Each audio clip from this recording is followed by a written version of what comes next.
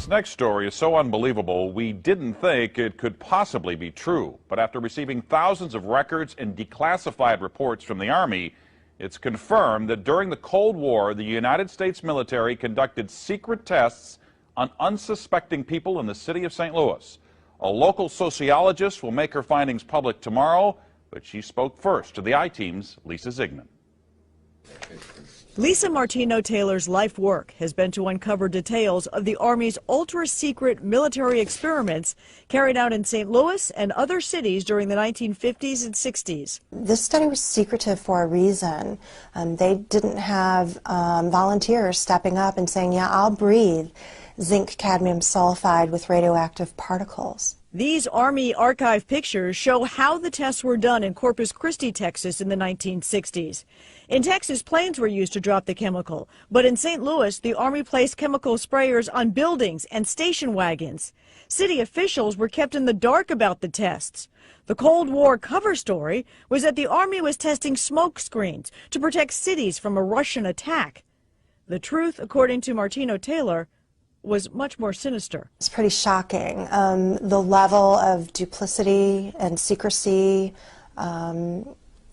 clearly they went to great lengths to deceive people. By making hundreds of Freedom of Information Act requests, she uncovered once classified documents that confirmed the spraying of zinc cadmium sulfide.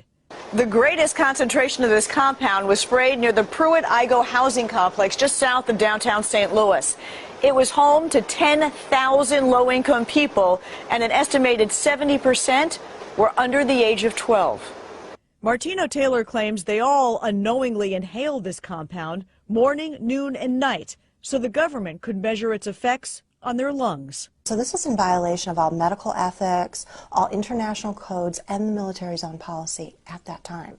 In 1994, then Congressman Richard Gephardt asked the Army to open its records and explain the St. Louis testing. We want to make very sure that nothing went on that would harm anyone and that all the facts are out on the table.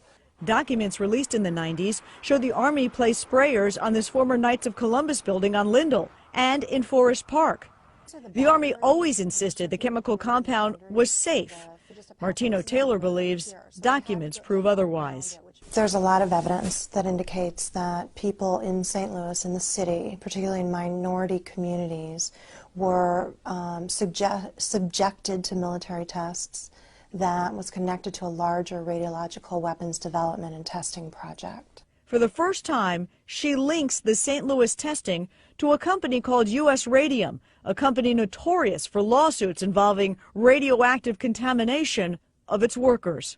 United States Radium had this reputation where they had been found legally liable decades prior for producing a radioactive powdered paint that killed many young women who painted fluorescent watch dials.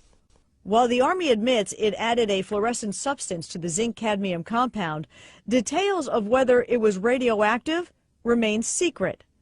Documents uncovered to date indicate the Army never conducted follow-up studies to see whether the compound caused long-term health issues. In 1972, after years of crime, poverty, and decline, the government destroyed the Pruitt-Igoe housing complex.